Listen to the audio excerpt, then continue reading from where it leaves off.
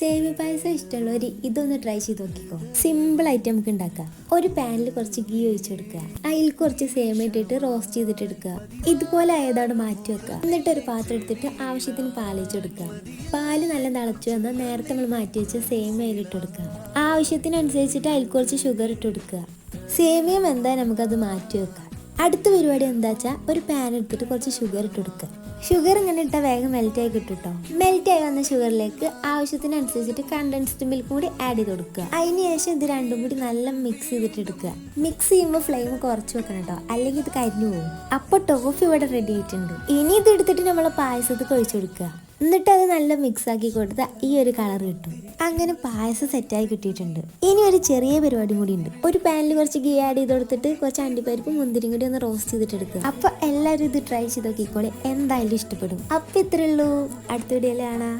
By.